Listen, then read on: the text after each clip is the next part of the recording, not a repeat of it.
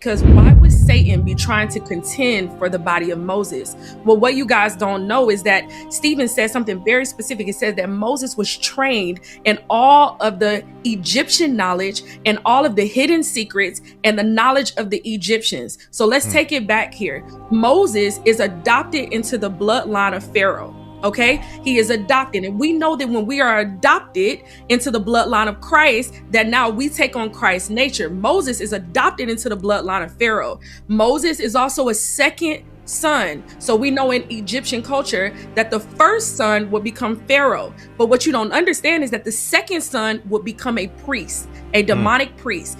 Would go up in Egypt to the Heliopolis. That's where they would do all of their initiations, their rituals to the false sun god Ra. That's where they would get initiated into dark magic, into all of those things. So when God takes Moses out of this and makes Moses now a priest of the Levitical priesthood, he sends him back to go challenge this same demonic dark magic that Moses would have been initiated into.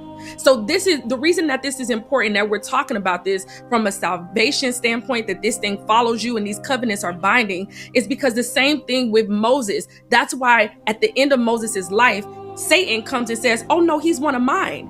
Because he was adopted into the bloodline. He did my initiations. He did rituals unto my God. He went through all of the covenants. He did those things. Because it makes perfect sense. Why would Satan want to come for the body? He must have believed that he had some type of legal rights, or that Moses was involved into these occult practices in the past. Because sometimes even in deliverance, even if you confessed and you got right with God, demons will still say, I have legal rights. I have legal rights. Nope, no, you don't. We already confessed, we already renounced, and we know the devil's a liar, and sometimes he will test you.